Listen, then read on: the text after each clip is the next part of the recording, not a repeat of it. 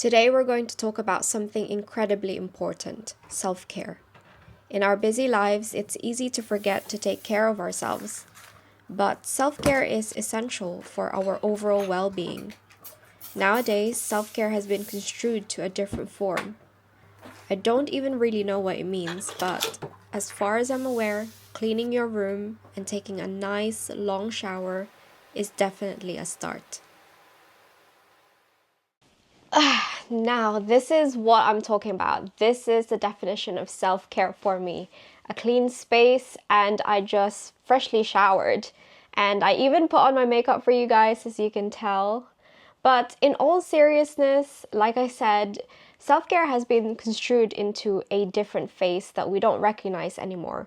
So I asked ChatGPT, what is self-care? And this is what ChatGPT had to say. It refers to the practices and activities that individuals engage in to maintain and improve their physical, mental, and emotional well-being. It involves taking deliberate actions to take care of one's health and to manage stress effectively. Now, after reading that, I definitely agree with ChatGPT because there are categories to self-care, and I like to put them in little boxes. So there's a box for physical self-care, mental self-care, emotional self-care, social self-care, and then lastly, spiritual self-care. Now, I think it's the physical aspect of self-care that people think first whenever they think of self-care, and it's pretty explanatory. For example, personal hygiene, just like what I did today. But I think for me personally, the number one thing that I look after this category or this box is through movement. Like, I absolutely love Pilates. Like, I love it. It's the kind of exercise that I could do every single day. I also picked up running, but I realized it really isn't for me. But I'm not actually opposed to it. So if you ask me for a run, okay, let's go. But you probably gonna have to wait for me while you go on a much faster pace. Then apart from that, there are the usual things that you can look after yourself in a physical aspect, such as eating healthy, getting an adequate sleep, and like I mentioned before, personal hygiene. Personal hygiene is probably my favorite thing. When I do a full wash day, oh my days, it's a whole ritual happening, which I'm gonna show you guys in a different video how I do self-care with a full body wash including hair. Anyway, I digress, but I realize I'm very much of a health freak, and so supplements are an essential part of my physical self-care. Although I can't remember taking them every single day, but there have been two supplements that I've been taking for about 2 weeks now, and it has helped me massively. I'm gonna share it to you. Okay, so it's these two. It's NMN and ashwagandha. So they're both from Youth and Earth. I'm not getting paid for this, by the way. I actually use the product and I love it. And so if you want some advice on, and if you want some advice on what supplements to take, I really recommend this. I'm not gonna bore you with the details, but NMN basically increases your NAD+ levels, which makes you feel much more productive, so much more energized. And if I'm productive, that means I feel more purposeful, and then it trickles down to the rest of my boxes of self-care, so mental, emotional. And ashwagandha is for stress, so I worry a lot, and I take this in the morning, 2 capsules, and then 2 of this at night, and it's been so great. Also, there's like research behind MNN, so why don't you go check that out, because I'm not gonna divulge it in this video for the sake of your mental well-being. And speaking of mental well-being, that's obviously the next box that we're going to be talking about. I remember that there was a YouTuber that I watched literally just this morning, but I completely forgot their name. Sorry about that. But basically, they said that your brain is like a software and it needs to be updated consistently. So I do agree with what he's saying, and that you don't stop learning when you get out of school. You continue to learn, and you should be open to continue learning. Me personally, the way I look after this box is I like to read. Not necessarily books, although I do love my self-help books. Oh my gosh, I have a load of them that's half read somewhere. but just things on the internet that piques my interest. Like, I love fun facts and general knowledge. Like, I have so much stored up in here. Half of the things I even can't remember, but they just pop up in conversations. Like, for example, we're talking about someone who's out to travel and they have flight anxiety. I would just then go and say, speaking of airplanes, did you know that crashes usually happen when it's taking off or landing? So yeah, I don't even know if that's helpful general knowledge, but that general knowledge is there stored. Apart from that, there's absolutely one thing that I love the most when taking care about my mental health, and that's taking a break and just relaxing and doing nothing. I noticed that if I've been doing something very productive and work focused for an entire day and then suddenly I plateau, take a break. I took a break, and then when you come back, you will see for yourself that you would have 2x your productivity. Trust me. Now, the next box is emotional self-care. The way I look at this is the biggest thing that you can look after this box for yourself is to go to therapy. Don't worry, I'm not sponsored with BetterHelp, but they really should.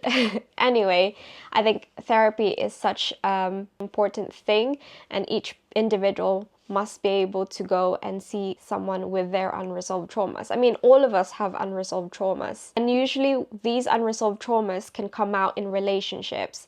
And we think, oh, we're so perfect or we're not doing anything wrong, but we don't realize our triggers until it actually we're come face head on with it. So yeah, therapy is a good thing in this aspect.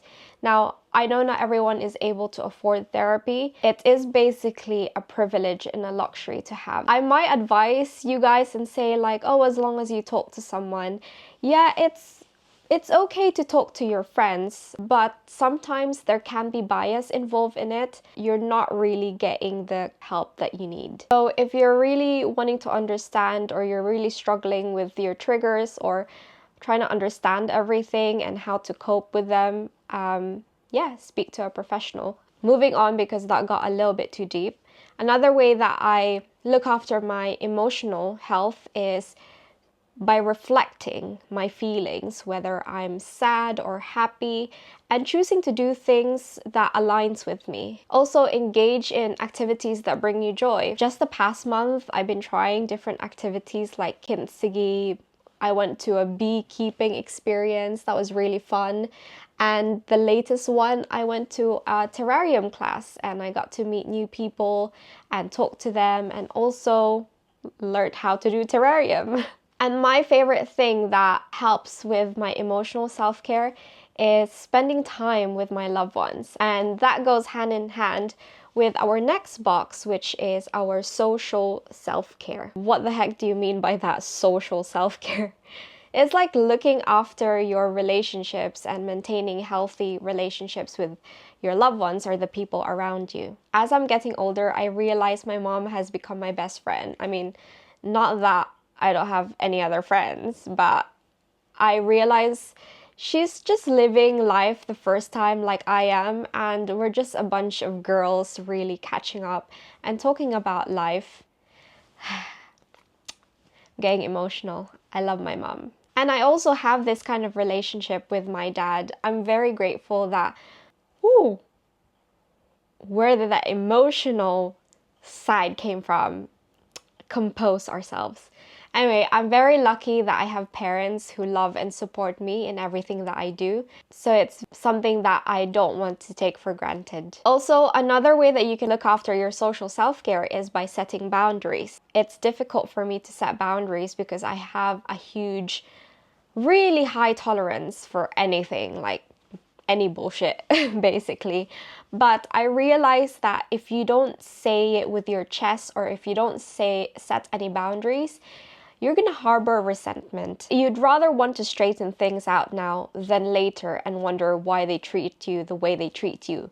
Okay, so the next advice or tip, I guess, a lot of people will probably get triggered by this, but communication. It's so funny because I was this person before. Many of us, females especially, like I said, me included, we would rather drop hints and expect the other person to, pick up the cues. But not everyone has the same EQ or same wavelength as you. Not everyone's going to pick up that cue that you're trying to drop. So just spit it out, say it, communicate effectively. Being able to communicate effectively is actually beneficial for your relationship and of course for your mental well-being, because you can build resentment for that person, but if you didn't say what you wanted to say in the first place, you did not communicate, how does that person know what your boundaries are or what you want to happen? It is hard being vulnerable though, I completely understand, because I am still working on that now. Up until now, But all in all, it's about self-awareness and having the will to learn from that. So it's okay, we got this. On to the last one is spiritual self-care. Now, this doesn't necessarily mean religion. Whatever you practice, spirituality or religion, that's on you. You do you. As for me, I practice my religion, and the way that I nurture this is by literally just being a good person and helping others who are in need. I think I can see myself in the future as being like some sort of philanthropist or something, but I definitely want to leave a mark in the world where I have helped people. And maybe the first step is this YouTube video helping you how to look after yourself.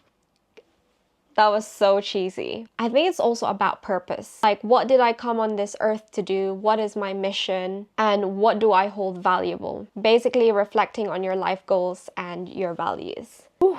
Well, that got a bit deep. But anyways, just because I have these categories of self-care and the way that I do self-care, it might not resonate with everybody. At the end of the day, self-care is about personal practice. What works for one person might not work for the other, but it will require your self-awareness and your commitment to improving your health and well-being. And if you actually indulge in self-care over time, it really does get better than this. I have this sense of peace and calm, but I don't know if that's just because I'm getting old. Anyway, I'm going to leave you with this. If it all gets too much, just do one thing. Just take a shower. It really does make a difference. Well, it looks like you stayed a bit longer than everyone else. Thanks for doing that. I actually have this goal, 10,000 subscribers by the end of this year. If you want to support your girl, subscribe and make it count. And I'll see you on the next one. Bye! Mwah.